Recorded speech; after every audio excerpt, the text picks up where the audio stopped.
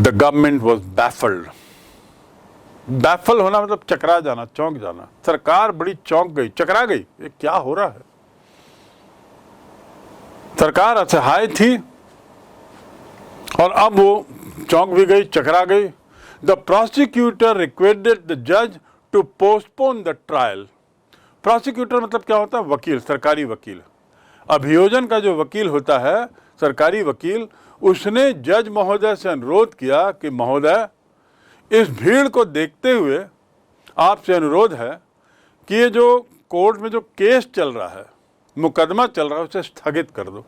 To postpone मतलब स्थगित करना, टू पोस्टपोन मतलब स्थगित करना, और टू एडवांस मतलब क्या होता है? पहले कर देना। My journey to Bombay has been advanced by 2 days। मतलब बॉम्बे की जो यात्रा थी, जिस तारीख की तय थी, उससे 2 दिन पहले अब मैं जा रहा हूँ। And my journey to Bombay has been postpone by 2 days, मतलब 2 दिन बाद, 2 दिन के लिए स्थगित हो गए। तो पोस्टपोन का उल्टा होता है एडवांस होना, पूर्व कर लेना, पहले कर देना। So here what happens is, अब सरकार चकरा गई ये घटनाक्रम को देखकर। इतनी चकरा गई कि जो सरकारी वकील था, सरकारी अभियोजन था, प्रोसिक्यूटर मतलब सरकारी वकील, टू प्रोसिक्यूट मतलब आरोप लगाना, केस करना। तो सरकार की ओर से जो केस करते हैं वकील, वो प्रोसिक्यूटर कहलाते हैं। जो सरकार की ओर के वकालत करते हैं, उन्होंने न्यायाधीश को प्रार्थना कर दी कि महोदय, इस केस को स्थगित करो, ट्रायल को स्थगित करो, इतनी भीड़ आ गई है। Apparently the authorities wish to consult their superiors। Actually ऐसा लगता है, ये साफ महसूस हो गया कि स्थगन मांग कर, apparently मतलब ये स्पष्ट था, जो दिखाई दे रहा था कि ये जो स्थगन मांग रहे थे, पोस्टपोनमेंट मांग रहे थे, वो शायद ये लोग अपने ऊपर के अधिकारियों से कंसल्ट करने के लिए समय चाह रहे थे एक्चुअली, कि क्या करें। उनको समझ में नहीं आ रहा था, क्या बोलें, क्या करें। तो इनको कुछ समझ में नहीं आ रहा था, असहज हो गए थे, चकरा गए थे, बैफल्ड हो गए थे। तो समय चाहिए था ताकि सरकार के उच्च अधिकारियों से बात करके आगे का रास्ता निकालें कि आगे क्या करना है। इसने तो पूरी अवहेलना कर दी हमारे आदेश की। गांधी ने तो अवहेलना की ही, कोर्ट ने उनको आदेश दिया, कोर्ट आओ। पर ये हजारों जो किसान आ गए हैं बड़ी संख्या में, इन्होंने जो अवहेलना की है, भीड़ लगा दी, इसका क्या होगा? और यदि कुछ कार्रवाई नहीं करेंगे तो ऐसी भीड़ दिनों दिन बढ़ती जाएगी, अर्थात अंग्रेजी सत्ता को दिनों दिन चुनौती बढ़ती जाएगी। ये डर था अंग्रेजों को। तो अंग्रेजों ने कहा, वकील ने जज को कहा कि जज महोदय, कुछ दिन स्थगित कर दीजिए। एक्चुअली इसके पीछे इरादा क्या था? उनका इरादा था कुछ समय मिलना। They wanted some time so that they can consult their authorities, right? Gandhi protested against the delay. Delay माने विलंब। To protest करना मतलब विरोध करना।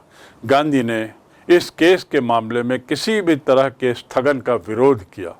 उनको पता था कि स्थगन करने से मामला थोड़ा सा बदल जाएगा, भीड़ चली जाएगी, तो भीड़ का दबाव भी नहीं रहेगा अंग्रेजों पर, और अंग्रेज कुछ भी करने को फिर से अपनी शक्ति दिखाने लगेंगे। और भीड़ बार बार आती भी नहीं है, लेकिन ऐसा नहीं था। उस समय तो गांधी के कहने पर जितनी बार भीड़ उन्होंने चाही उतनी बार भीड़ आई, ना बुलाने पर भीड़ आती थी, जैसा यहाँ हुआ चंपारण में।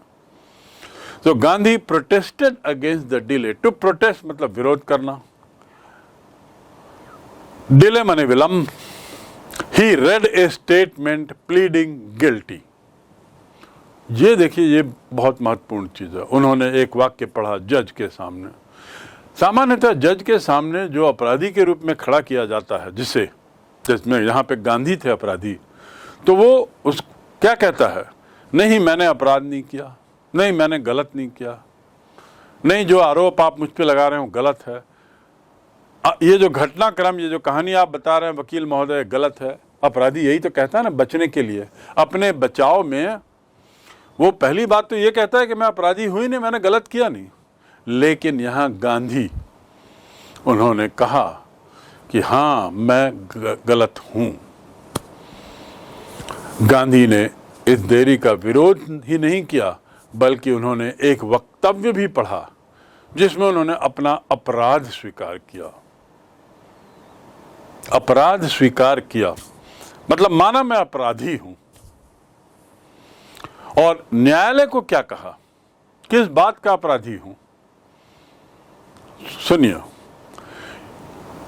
He was involved, he told the court. उन्होंने कहा हां, मैं इस घटना में मेरा संबंध है।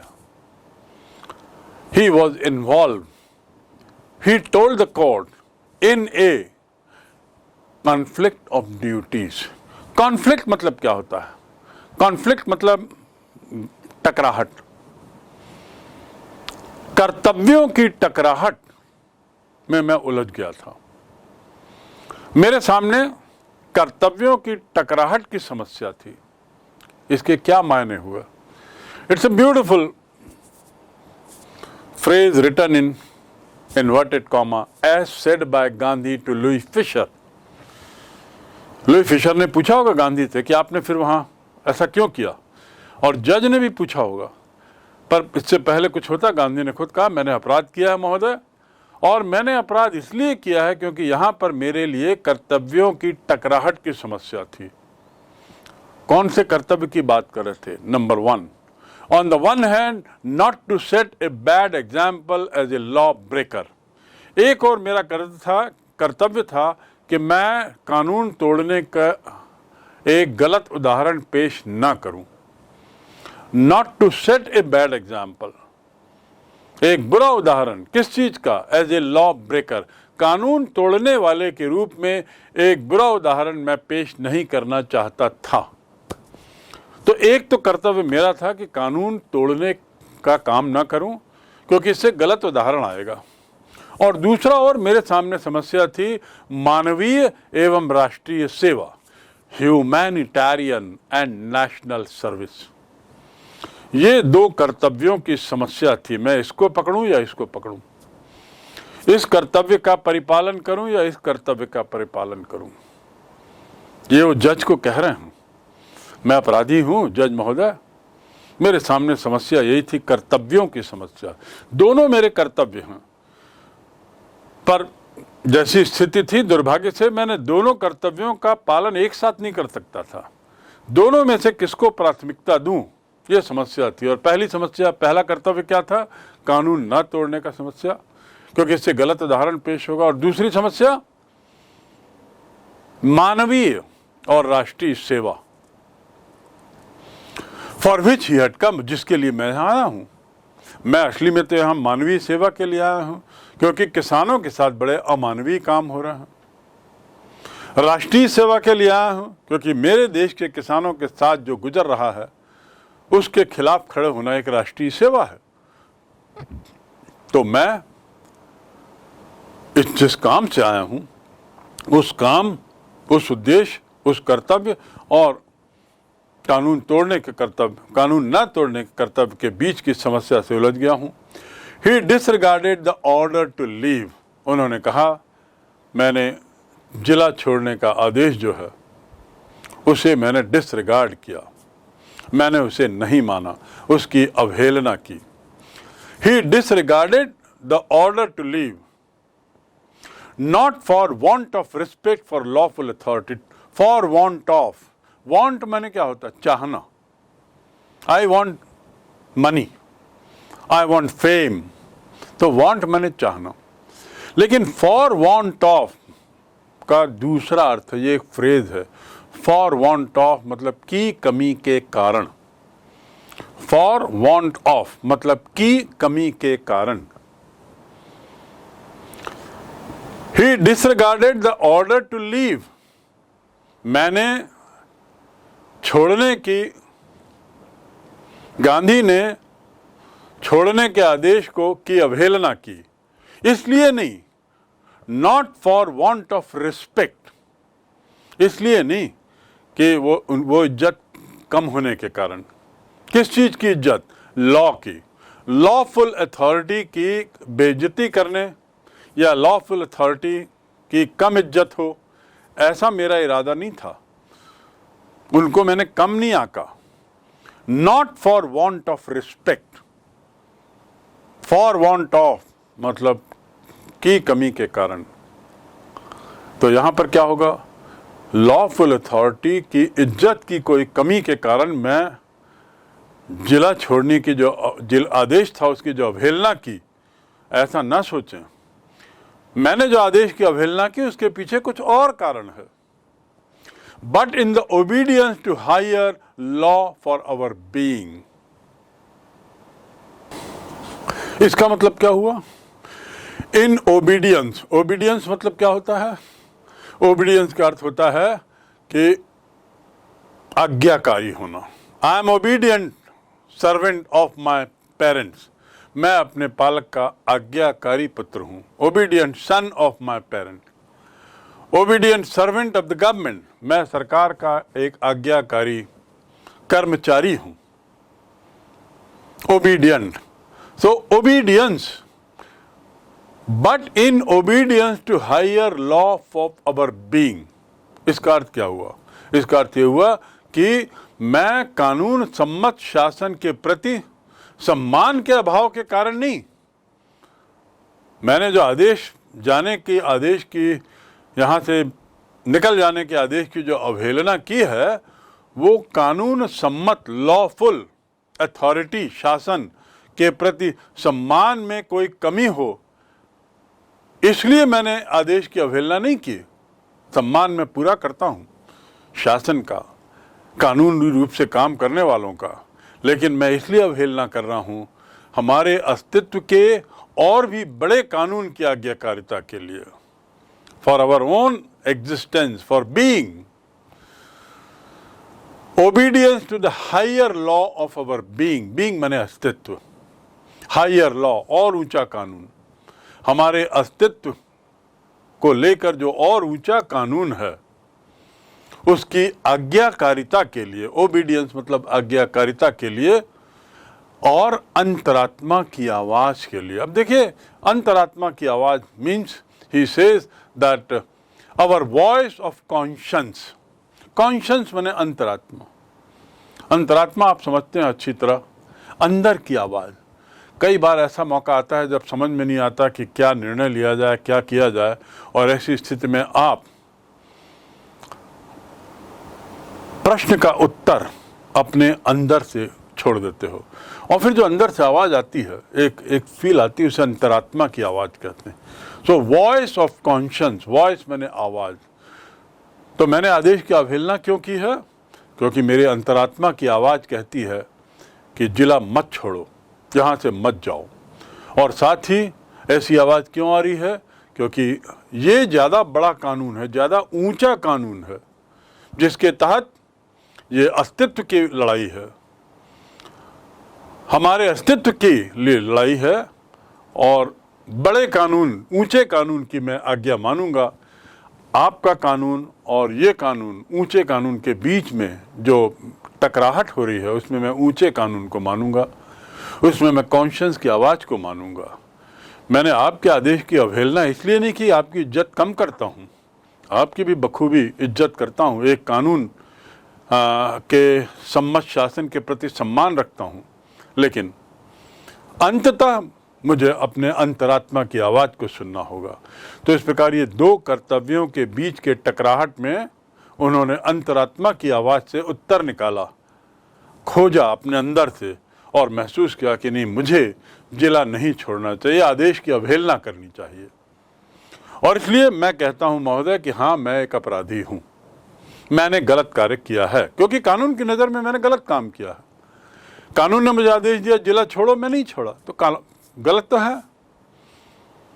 कितनी अजीब स्थिति होगी देखिए। So not for want of respect, want of respect मैंने आपको बताया, for lawful authority, but in the obedience to the higher law of our being, the voice of conscience, and he asked for the penalty due, और फिर उन्होंने उचित दंड की मांग भी कर दी। उन्होंने कहा महोदय मैं अपराधी हूं, मुझे समुचित दंड दीजिए, क्या सजा है बताइए, मैं उसका पालन करूंगा। ऐसी स्थिति में आप सोचिए वकील, जज महोदय की क्या स्थिति हो गई। पुलिस की क्या हालत हो गई। एक व्यक्ति अपने को अपराधी कह रहा है जिसने कुछ ऐसा गलत काम नहीं किया है, उसने भीड़ नहीं बुलाई, कोई हिंसा नहीं हुई, कोई अत्याचार नहीं हुआ, कोई लड़ाई झगड़ा नहीं हुआ, और उसमें कहता हाँ मैं अपराधी हूँ, केवल इस बात का अपराधी कि आपके आदेश का मैंने पालन नहीं किया बाहर छोड़ जाने का।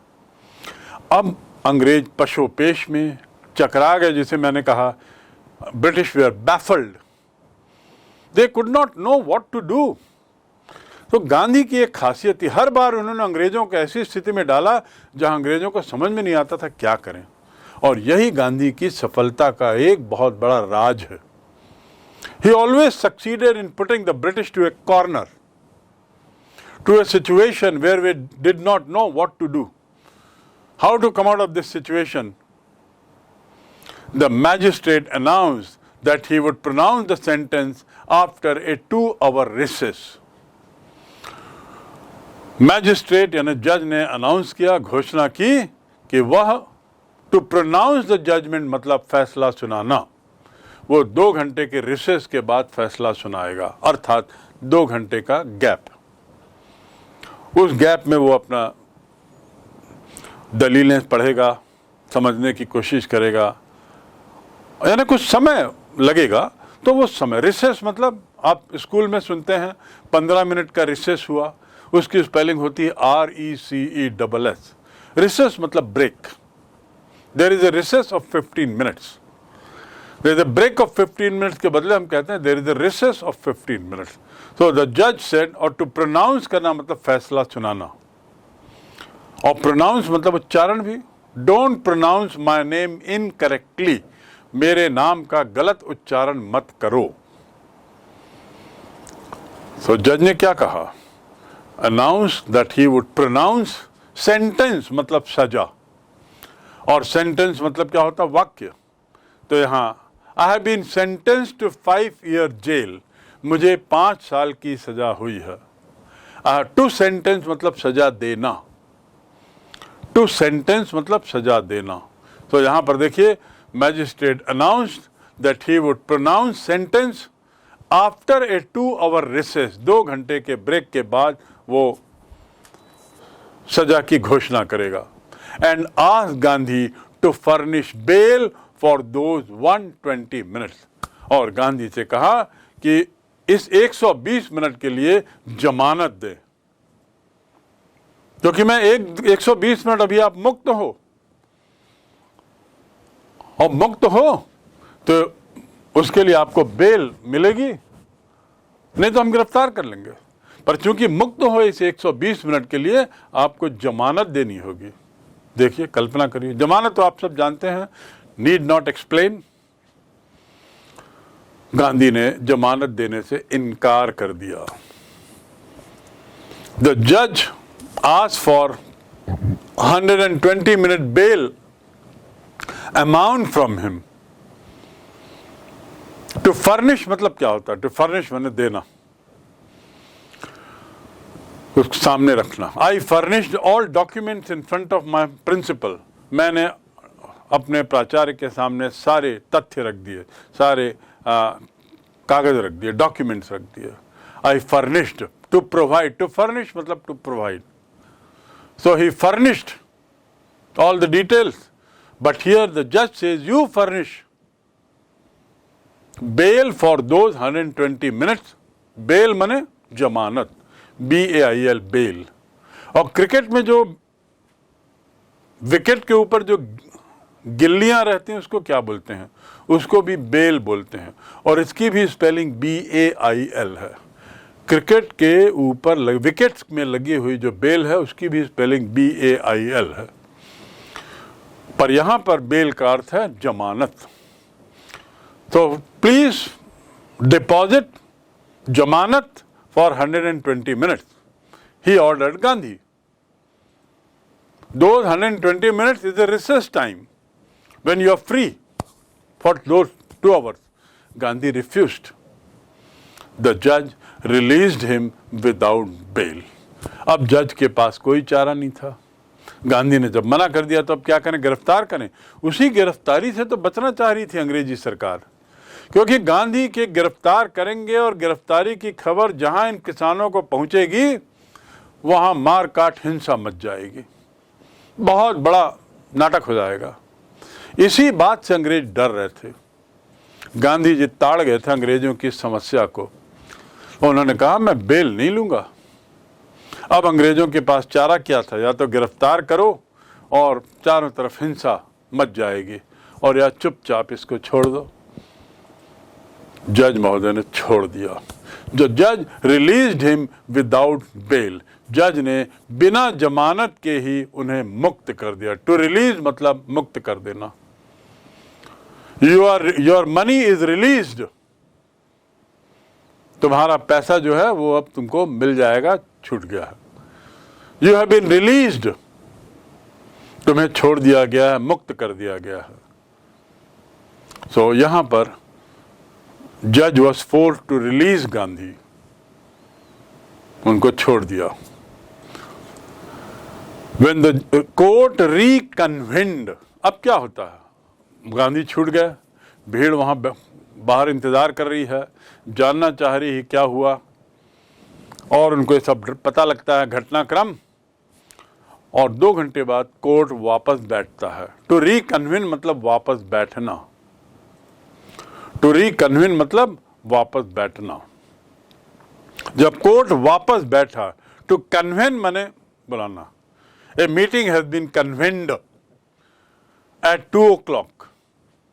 A meeting has been convened at 2 o'clock. And the meeting has been reconvened. मतलब मीटिंग दोबारा बुलाई गई है at 4 o'clock. तो reconvene मतलब पुनः बुलाना, और to convene माने बुलाना। So when the court reconvened, जब कोर्ट दोबारा बैठा, the judge said he would not deliver the judgment for several days. बेचारा हताश हो गया, बेचारा समझ नहीं पाया। 2 घंटे में भी वो सोच नहीं पाया क्या करूं। 2 घंटे का उसने रिसेस दिया था, 2 घंटे पूरे हुए, जज में वापस कुर्सी में आए, और 2 घंटे की सोच में उनके पास कुछ हल नहीं निकला कि क्या किया जाए समस्या का। गांधी को तो बेल में छोड़ दिया, लेकिन अब अपराध की सजा क्या दी जाए। जब उसे कुछ नहीं सूझा तो जज ने कहा कि ये कोर्ट जो है, it will deliver the judgement, ये अपना फैसला कुछ दिनों बाद सुनाएगा। इसने अपना फैसला कुछ दिनों के लिए टाल दिया है। क्या मतलब इसका, क्यों टालना पड़ा? क्योंकि उनको समझ में नहीं आ रहा था क्या किया जाए, बड़ी अजीब स्थिति हो गई थी। और तो और उसने आगे कहा, Gandhi is allowed to remain at liberty, Gandhi स्वतंत्र रहने के लिए मुक्त हैं, गांधी स्वतंत्र रहेंगे, स्वतंत्र रहने की अनुमति दे दी, अर्थात कोई गिरफ्तारी नहीं होगी, कोई अपराध अभी उस पर साबित नहीं हुआ है, तो वो पूरी तरह स्वतंत्र हैं।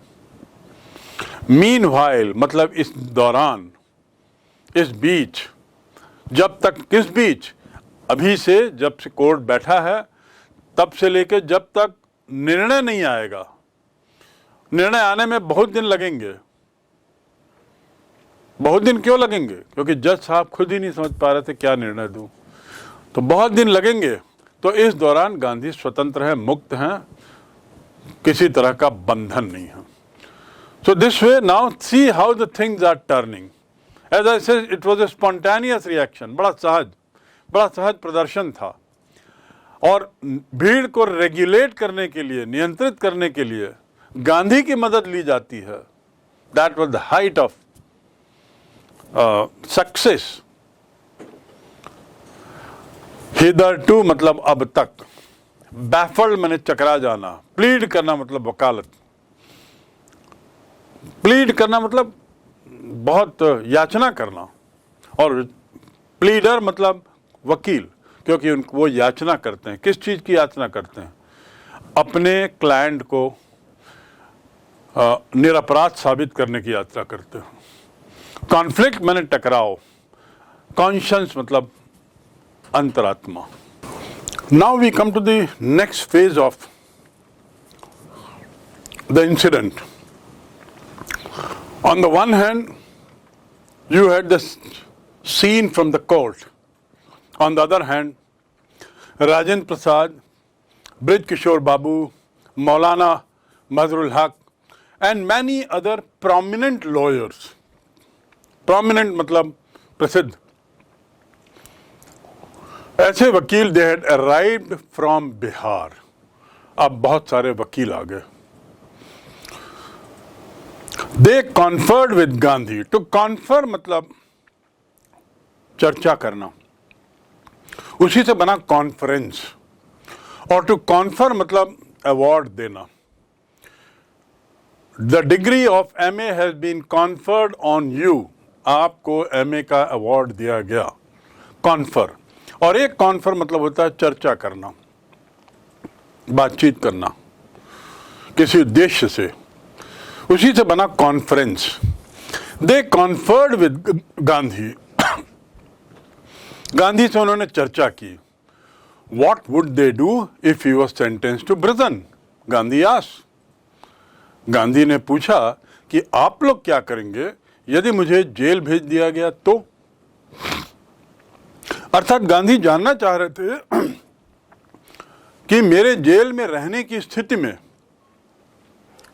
कुछ होता रहेगा कि नहीं, और होगा तो क्या होगा, ये उन्होंने वकील से पूछा. What would they do? They means the advocates, the lawyers. If he was sentenced to prison. To sentence मतलब सजा देना, मैंने आपको बताया. Why? The senior lawyer replied. Why?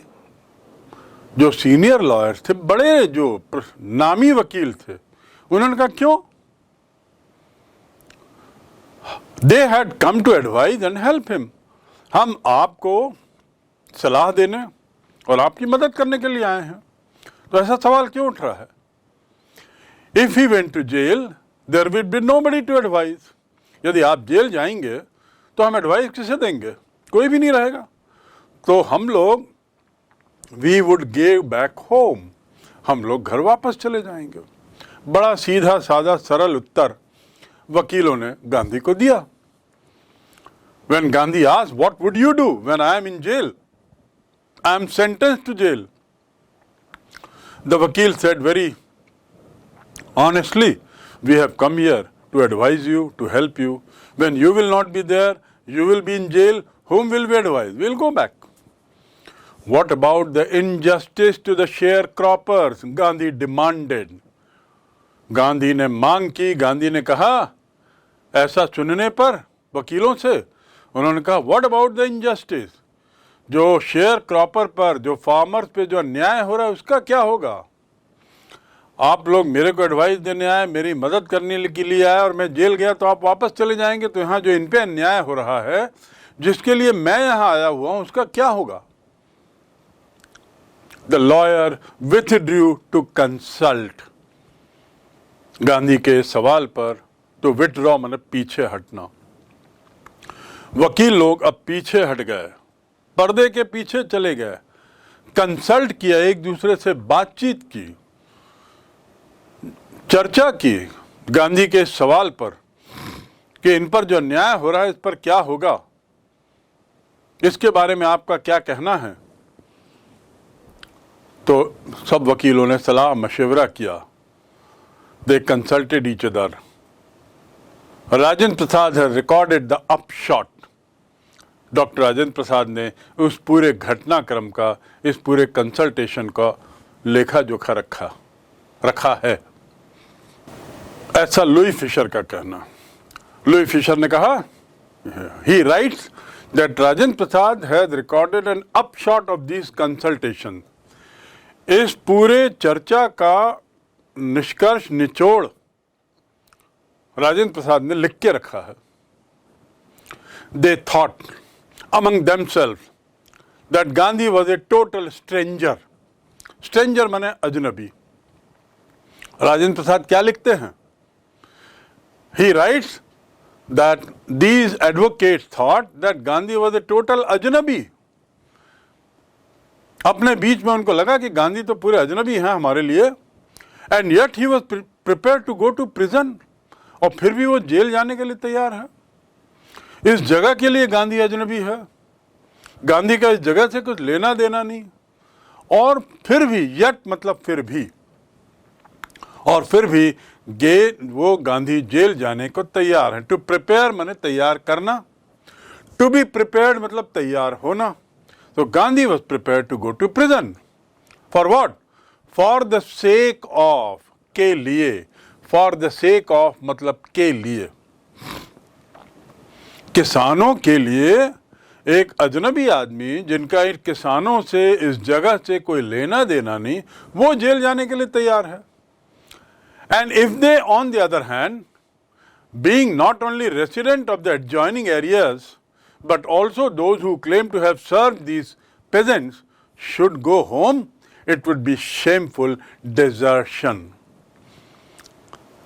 इस पूरे डिस्कशन का जो पर्दे के पीछे गांधी के सवाल को लेकर हुआ, उसका निचोड़ राजेंद्र प्रसाद लिखते हैं, और वो कहते हैं, उन्होंने कहा कि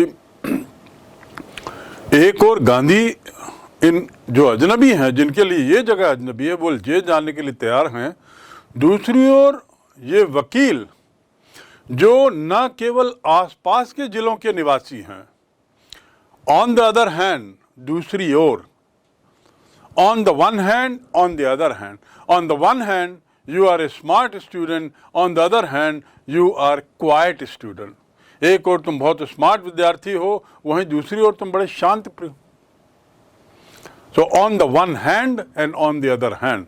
So on the one hand, Gandhi was stranger, and yet he was willing to go to jail for them. On the other hand, the advocates of nearby places, resident of adjoining district, adjoining मतलब आस पास, adjoining district, आस पास के जिलों के वकील, और साथ ही वो वकील जो अपने को कहते हैं, दावा करते हैं कि हम किसानों की सेवा करने के लिए आए हैं। कहते थे ना कि किसानों की सेवा हम करते हैं, कोर्ट में उनका केस लड़ते हैं। तो यदि किसानों की सेवा करने आए हो तो क्यों जा रहे हो? So the advocates felt our going will be bad because we are from adjoining districts, we are from nearby places, and we say that we are serving these peasants. और हम कहते हैं कि हम किसानों की सेवा कर रहे हैं, तो हम घर कैसे जाएं? It would be shameful desertion. ये एक शर्मनाक, डिजर्ट करना मतलब छोड़ देना, त्याग कर देना। किनको त्याग देना? किसानों को। दूसरे शब्दों में ये शर्मनाक घटना होगी, शर्मनाक धोखा होगा।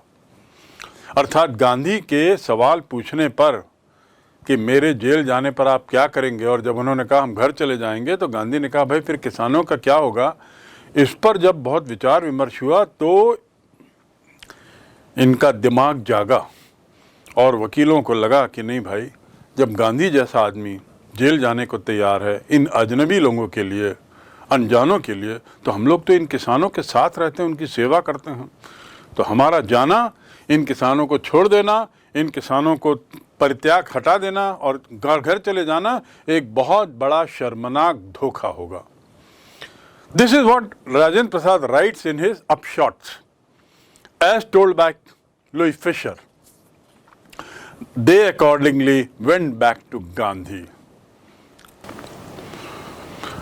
Accordingly means tadanusar. Tadanusar, they went back to Gandhi and told him they were ready to follow him into jail. Now see how the advocate changed their stand, how the minds of advocate changed, got changed. They told Gandhi, we are willing to go with you to jail for this purpose, to follow him into jail. We will not go back home. The battle of Champaran is won. Gandhi ने कहा चंपारण का युद्ध हम जीत गए। चंपारण की लड़ाई अब जीती जा चुकी है। द बैटल, बैटल माने छोटी लड़ाई, वॉर मतलब बहुत बड़ी लड़ाई जो जिसमें युद्ध होता है, वास्तव में खून खराबा बहुत होता है। तो द बैटल ये तो छोटी लड़ाई है, लेकिन लड़ाई तो है, अब हम जीत गए। जैसे ही वकीलों ने कहा कि हम आपके साथ जेल जाने को तैयार हैं, हम घर नहीं जाएंगे, this was another turning point, ये एक दूसरा बहुत बड़ा मोड़ था। गांधी एक्सक्लेम्ड, टू एक्सक्लेम मतलब बहुत खुशी से कुछ कहना, भाव विभोर होकर कहना। गांधी ने भाव विभोर होकर कहा, अब हमने लड़ाई जीत ली। अर्थात वकील्स have also come on my side, farmers are already on my side, that means my stand is correct. Then he took a piece of paper and divided groups into pairs and put down the order in which each pair was to court arrest. To court arrest मतलब court का अर्थ यहाँ पे न्यायालय नहीं है। To court arrest मतलब गिरफ्तार होना, गिरफ्तार होना। ही कोर्टेड अरेस्ट मतलब उसने फिर गिरफ्तारी दी। जब उन्होंने कहा वकीलों ने हम आपके साथ जेल जाने के लिए तैयार हैं, तो गांधी ने कागज लिया, कागज में पेयर में वकीलों के नाम लिखे और उस क्रम में लिखे जिस क्रम में वो लोग जेल जाएंगे यदि जरूरत पड़ी तो। Divided the group of advocates into pairs, pair माने जोड़ी, and put down their order, order मतलब आदेश नहीं, ऑर्डर माने क्रम, उनका क्रम लिखा।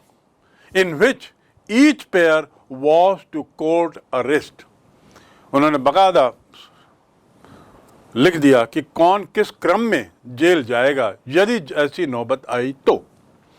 Several days later Gandhi received a written communication from magistrate. Several days बहुत दिनों बाद, कई दिनों बाद गांधी को मैजिस्ट्रेट से एक लिखित संदेश मिलता है।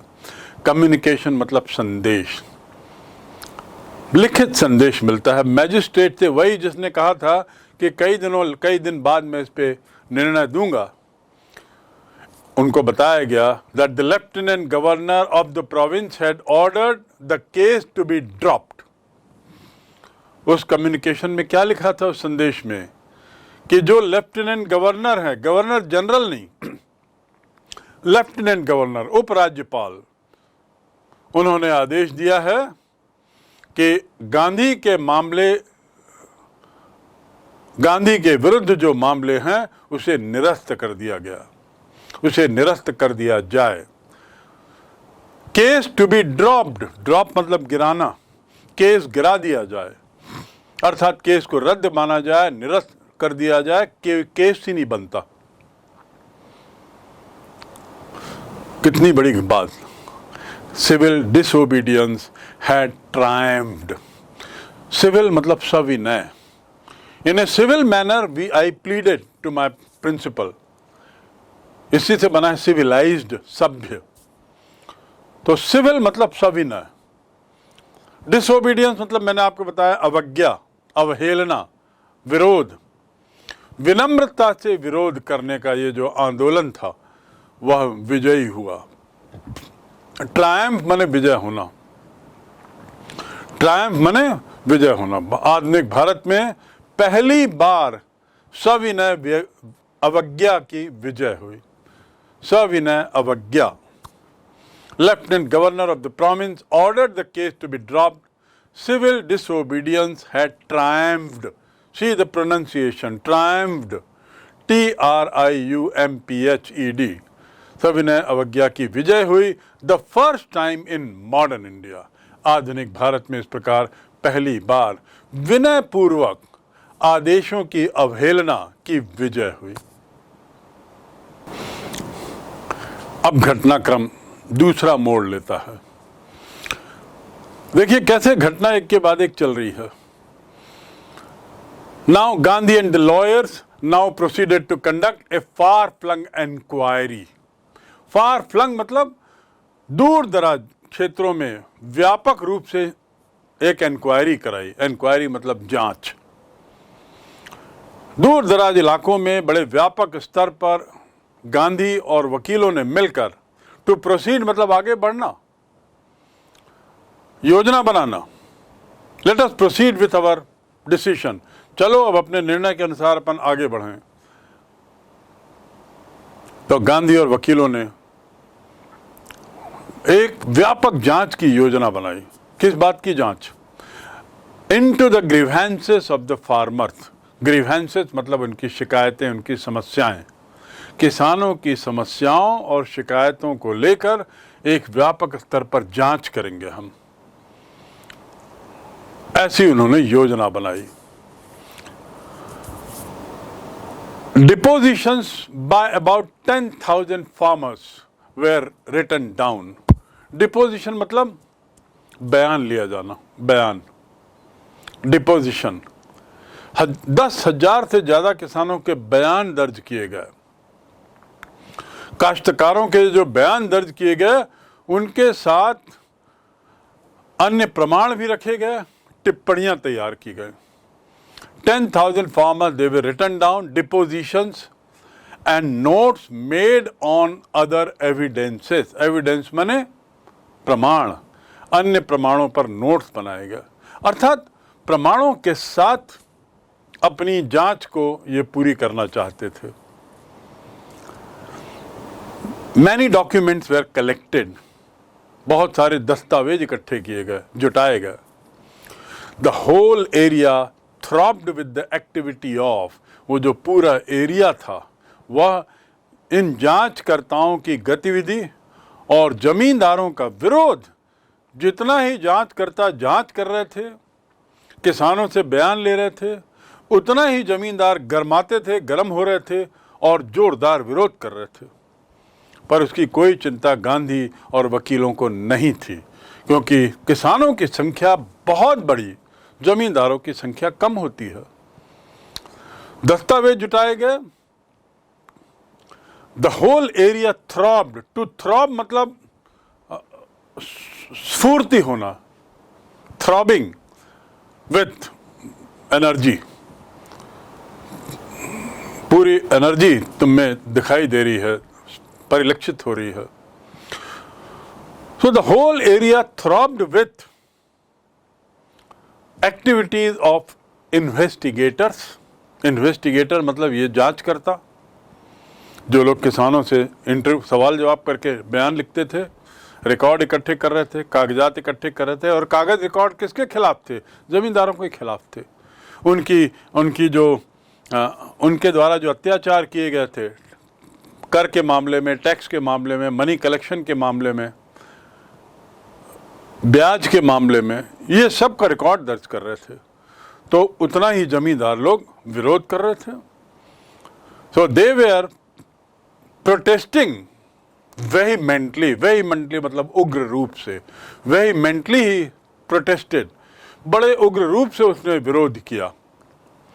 ही denied it vehemently. I told him you have stolen, but he denied it very vehemently. मैंने उससे कहा तुमने चोरी की है, तो उसने बहुत उग्र रूप से, बहुत जोरों से उसको नकारा। टू डिनाई करना मतलब नकारना।